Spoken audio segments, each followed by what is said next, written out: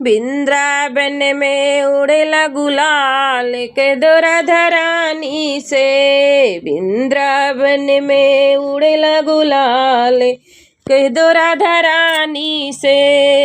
कह दो राधा रानी से। कह दो राधा रानी से।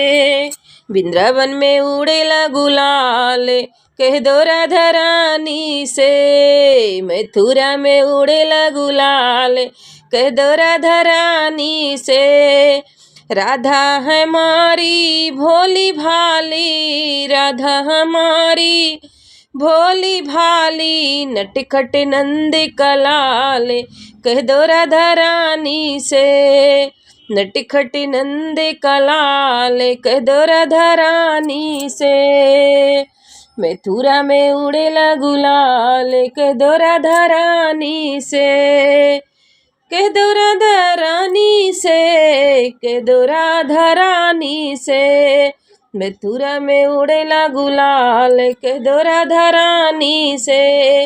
राधा हमारी गोरी गोरी गोरी गोरी हाँ गोरी गोरी।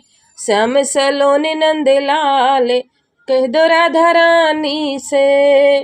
श्याम सलोने नंदलाल कह दो राधा रानी से। मथुरा में उड़ेला गुलाल कह दो राधा रानी से। राधा के माथे पे बेदिया सोहे। बेदिया सोहे हाँ बेदिया सोहे।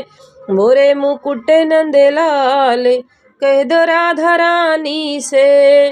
मोरे मुकुट नंदलाल कह दो राधा रानी से। मथुरा में उड़ेला गुलाल कह दो राधा रानी से।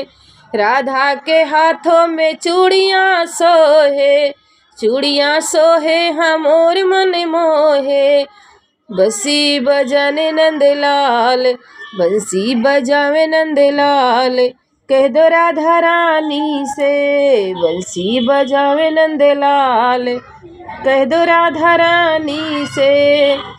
मथुरा में उड़ेला गुलाल कह दो राधा रानी से।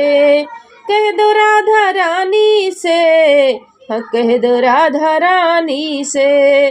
मथुरा में उड़ेला गुलाल कह दो राधा प्यारी से।